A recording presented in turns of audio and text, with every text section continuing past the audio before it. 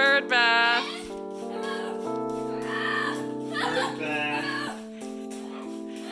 Sam and Veren are experienced full-time house-sitters.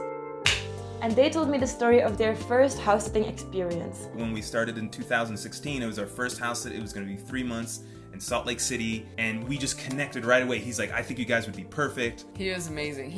We arrived, he made us a 5-course meal that was ridiculous. He just was so generous, like Veren said, and he even was like, oh my gosh, you need to take the cat on a road trip. And the place was also a luxury condo with a pool in the building and a hot tub on the roof. It was just ridiculous. Yeah. It was ridiculous.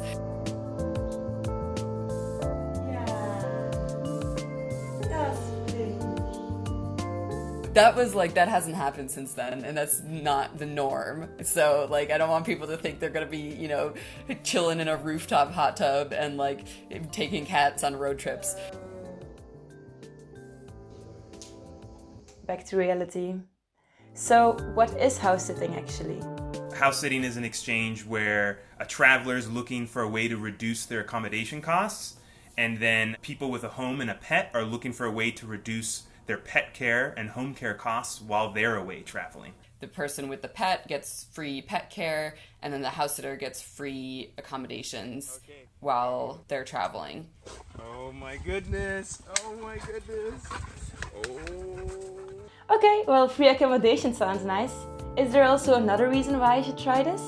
If you love pets and you want to travel more, without spending a ton of money, then house sitting is a great thing to try. It gives us a different experience than if you were to just pay for a hotel somewhere. When you do connect through people who are residents of a place, you get to really experience what it's like to live there. Not like how Airbnb says, live like a local. I would say, no, house sitting, you can actually experience what it's like to live somewhere. I love animals and traveling, so I should probably try this. Are there actually different types of house sitters? I guess there's 2 types of house sitters. Some people do it full time like we do, so they don't have a house anywhere. But then some people do it on their vacation, and they have a home and they live somewhere full time, and then they just do house sitting as a way to make their vacation more affordable. But for us, long term makes sense because we work online. We work on our website full time, and that's our jobs. So that less disruption, the better. A lot of people assume that what we do is the norm, and it's not the norm. Full-time house sitting is a small piece of the house sitting demographic. Good to know that there's such a big variety of house sits. Also, Sam and Veren shared some tips and tricks for beginning house sitters. If you're going through a website, which we normally do, there'll be a listing and they'll have already described a lot of stuff. Then by the time you apply, we always stress to people that you should have a conversation, ideally via video chat, we're doing now, just to be able to make sure everyone has their questions answered, you have the same expectations, the responsibilities. It's for me to get a sense, do I want to house sit for these people?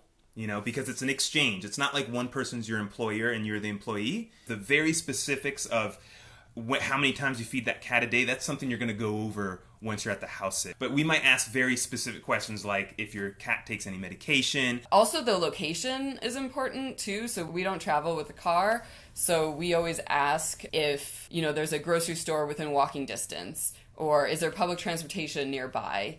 We've done house sits a few times where they've lent us their car, but obviously we couldn't do the house sit if they couldn't lend the car and there was nothing in walking distance. So. And what about questions they might ask you? People will ask, what's your experience? What would you do in an emergency? Yeah. Sometimes we get that now and then. Why are you house sitting? That's another one, Why do you want to house sit at the location, It's nothing too crazy. We have very minimal stuff that we take with us. And the great thing is you're going to a house that's already fully equipped. We don't need to travel with pots and pans, for example. You need to be flexible as well to things that could arise. And if things happen, it's your responsibility as the house sitter to take care of it. That's why you're there. It's definitely a real commitment, and you need to love pets. And if you think those things are you, then that's a great place to start. Awesome tips and tricks. They said that the accommodation is for free. So does that actually mean that I can travel for free? House sitting is not for broke travelers. it still costs you some money to be able to afford the travel in the first place, like the transportation costs, feed yourself, whatever emergencies might come up. Also, to find really good house sits, the best ones, you usually want to pay for a subscription website service. But the major savings is that you're not paying for your accommodations. Even if you just do this once a year, you might save a few $1,000s. So house sitting all of a sudden opened up the world to us in a way that we hadn't before, because now we can suddenly afford to spend a few weeks in London or New York City, where we're from. Even going back to New York City, there would be no way we could entertain even paying to stay there, even paying the rents, which is part of why we left. It's not just about saving money. A lot of times these people know that this kind of quality of pet care is better than what they could pay for, because a person's there and spends a lot of time and lives with their animal. I think it's great for like people who are budget conscious. Like we're super budget conscious and we definitely travel like on a budget. So budget conscious traveling it is. And if you're not entirely sure if house sitting is something for you, Sam and Veren have a challenge for you.